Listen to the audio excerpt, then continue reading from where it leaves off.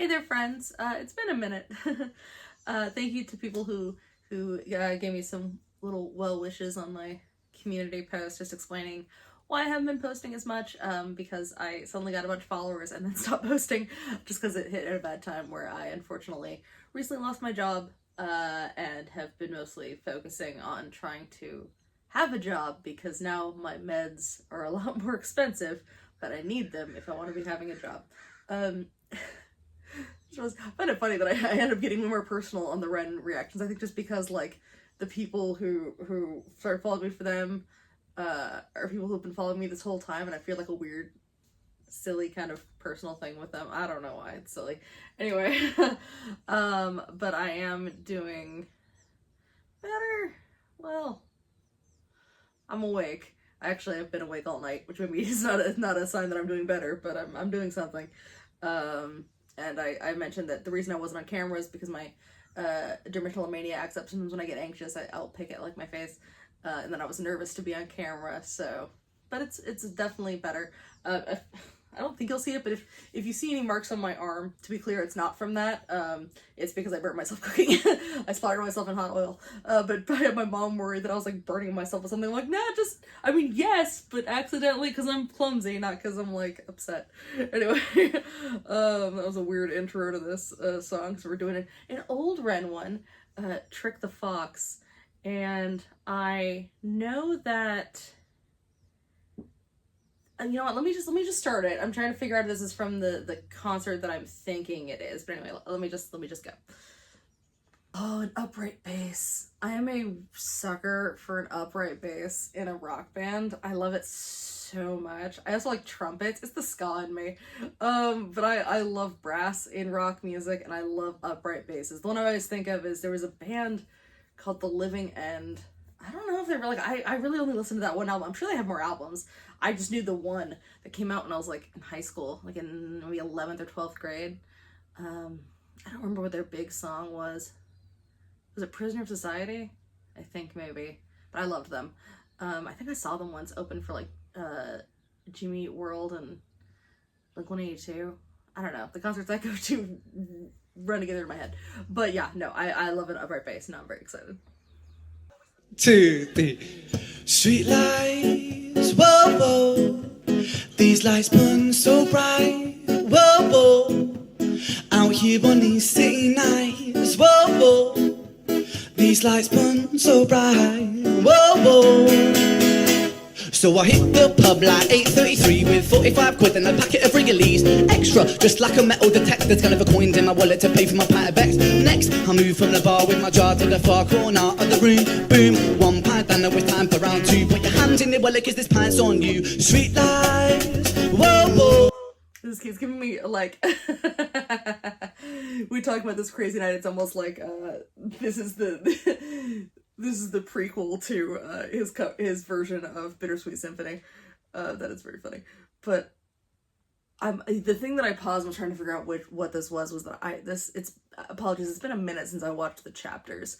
But I know that he talked about when he was in Trick the Fox, how it was, you know, early on in his medical issues, and that sometimes he would just be in like pure agony, just like laying there in the car, like unable to move until he had to go on stage. And I wasn't sure if this was one of those performances where it was like that, which, I mean, maybe it's possible he's looking up a lot, which might be a lot of times when I'm in a lot of pain, sometimes I'll have trouble like making eye contact.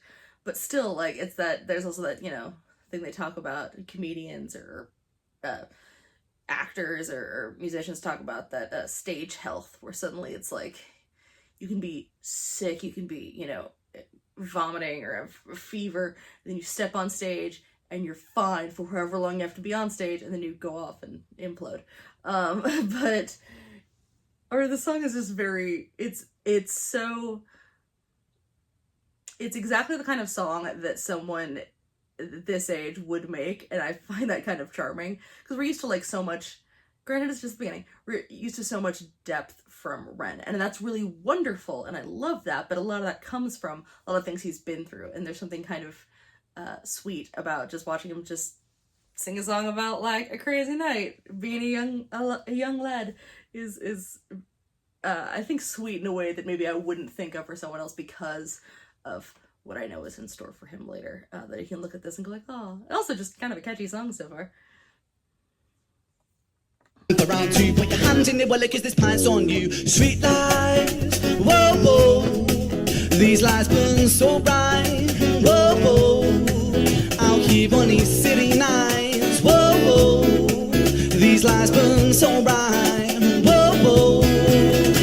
And now I'm spinning 6 pints down and a shot of tequila, but a rocket of Bacardi breezer, and I'm swaying, leaning like the Tower of Pisa, but I'm keeping my cool like the cooler setting on your fridge freezer door. 1 pint more, a packet of crisps and a bottle of Coors, and my liver's like, mate, please no more, but I never ever listen, cause livers can't talk. Street lights, whoa, whoa.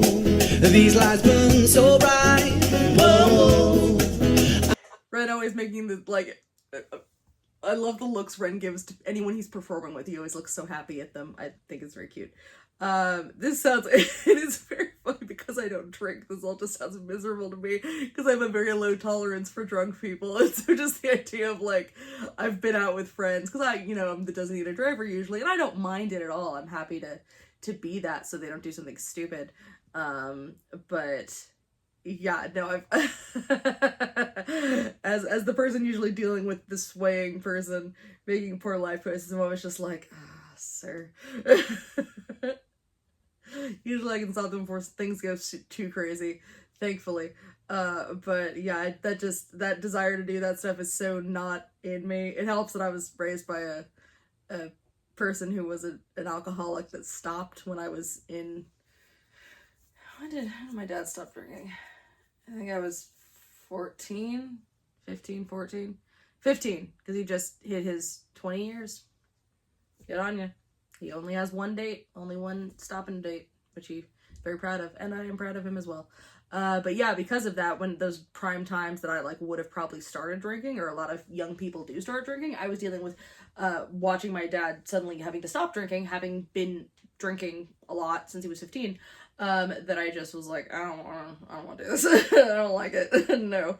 Not that he wasn't like a bad drunk. He was just, he was, because he shouldn't have been drinking because he was drinking too much, but like, he was mostly just annoying. Anyway, that was a bit of a rant, but it's just kind of a thing where I don't necessarily relate to the song, because mostly any memories, any things I think of like crazy drunk nights are like dealing with others that are drunk, or conventions, because look, conventions, you do, all bets are off there. And I mean like San Diego Comic-Con and things like that. Like, I don't smoke anymore, but for some reason cigarettes don't count at conventions. I don't make the rules, and neither do drinking. Drinking doesn't count at conventions. I remember one time I took a bottle of, I wanted to sneak vodka into a hotel lobby where we were hanging out because I was broke and didn't want to pay for vodka at the actual place. And I used to drink vodka and Coke. That was like the only drink I did when I was like 21, 22.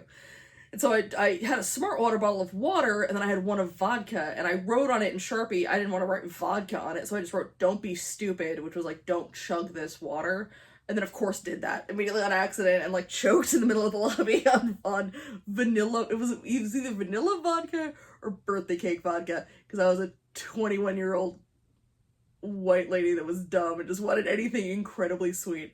That was a random story, but just that's about the closest to crazy drunk nights I have.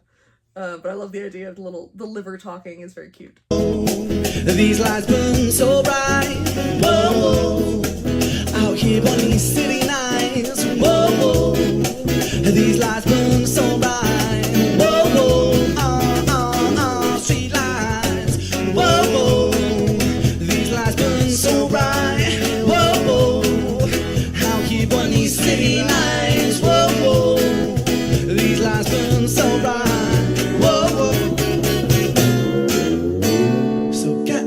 The pint of the barman's best, a tequila slammer with some lemon zest, please, a packet of Lambert and Butler cigarettes. Boy, I just like watching him perform. There's just something very fun about watching. It's that sort of, I guarantee he got it from busking, of that ability to just, even though he's not really doing much, just be weirdly I guess just kind of draws you in when he's, because I've seen tons of people live, everyone from Paul McCartney to this weird guy I saw at Warped Tour one year that mostly just rolled in the dirt and made sounds into a microphone. That was less good. Point is, I've seen lots of different performers, and it's always special when you watch someone who's just like weirdly charismatic on stage, even like he does when he's really, not really doing much. It might just sound like me complimenting him for no reason, but I don't know what it is, man. Maybe I just think he's got a cute face. I find him weirdly watchable. And I have bands that I love that are not, well, I love Modest Mouse, which I've stated before, one of my all-time favorite bands. This past year I saw them and they were great. They were super great. They were doing a 20-year of my favorite album of theirs. That was awesome. But I saw them before, about 20 years ago. I've seen them like maybe 4 times, 5 times. And I've seen them where it's just like, this was again years ago, but they like did make eye contact with the audience. Isaac Brock was clearly drunk, and he's Southern, and he has a bit of a lisp. And so he was just not talking to the audience except to make grunting sounds and then sing. And to be fair, when he's saying, like, the songs sounded great. They sounded like Modest Mouse songs, so it's like Southern and banjos and lisp. And so it's like, it all kind of sounds like noise to begin with, but I love it. But yeah, not necessarily the most charismatic performer, though again, like I said, I saw them last year and it was great. They were great. So it was Blink-182. I saw them last year. They were also great. Last time I saw them was right before Tom left the band. Like right before Tom left the band. It was like one of their last performances. Not so good. He did not want to be there. Last time I just saw them this past year. They were wonderful. Anyway, now I'm ranting about music. Hey, look, I'm sorry, man. I can't rant about movies in this, so I have to rant about music. You guys miss me? You guys miss the ramblings? Probably not. But I'm back. Really think you need to give it a rest. Pack it up, pack it in, and a packet of peanuts. Feeling pretty sick about the House of Pain reference? Maybe? Maybe? Pack it up, pack it in. Let me begin. Maybe? Jump around? Probably. Knowing Ren. Probably on purpose. I love that song. packet of lumber and butler cigarettes.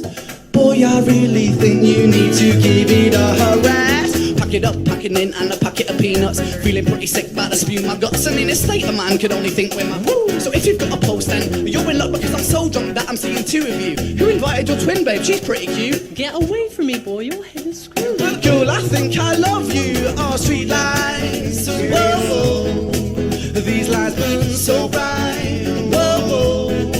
And out here on these city nights, whoa, whoa. These lights burn so bright, whoa, whoa.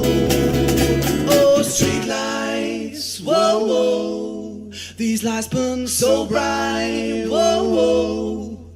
Out here on these city nights, whoa, whoa. These lights burn so bright, whoa, whoa.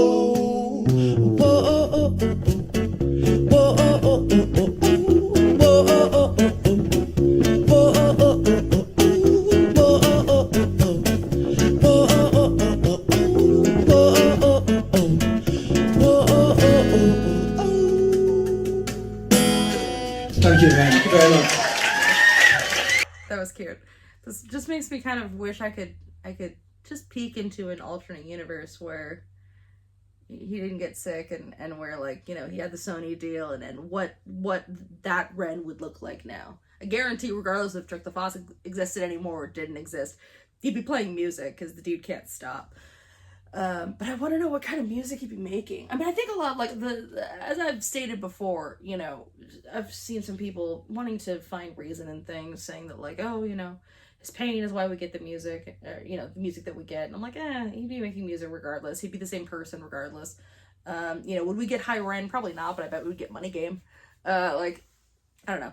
Anyway, I just think that I would just like to see what he could do like that. But I think he's doing exactly what he wants to do. Maybe not right now because he's stuck in Mexico, but getting treatments. But I'm excited for the new stuff coming out from him. I know that he did Fire in the Booth, which is a thing I've never seen. And I was debating on reacting to it. So if you guys do want me to react to it, let me know. With stuff like that, I get nervous just because, like, it's just rapping. Which, like, I enjoy some rapping, but I'm always afraid, like, I'm not the kind of person, I don't sit there and break down bars or things like that. I usually mostly talk about visuals, which is why there's not much to say on this, but it was really cute, and I liked watching it. So, I don't know, I always get nervous about reacting to stuff like that, but let me know if you would like me to, and I'm gonna try to be posting more, although hopefully soon I'll be busy with a job and not panicking nonstop. Sorry. Okay. That is all. Thanks so much, guys, and I will see you next time, which I promise will be sooner than it has been. Bye, everybody.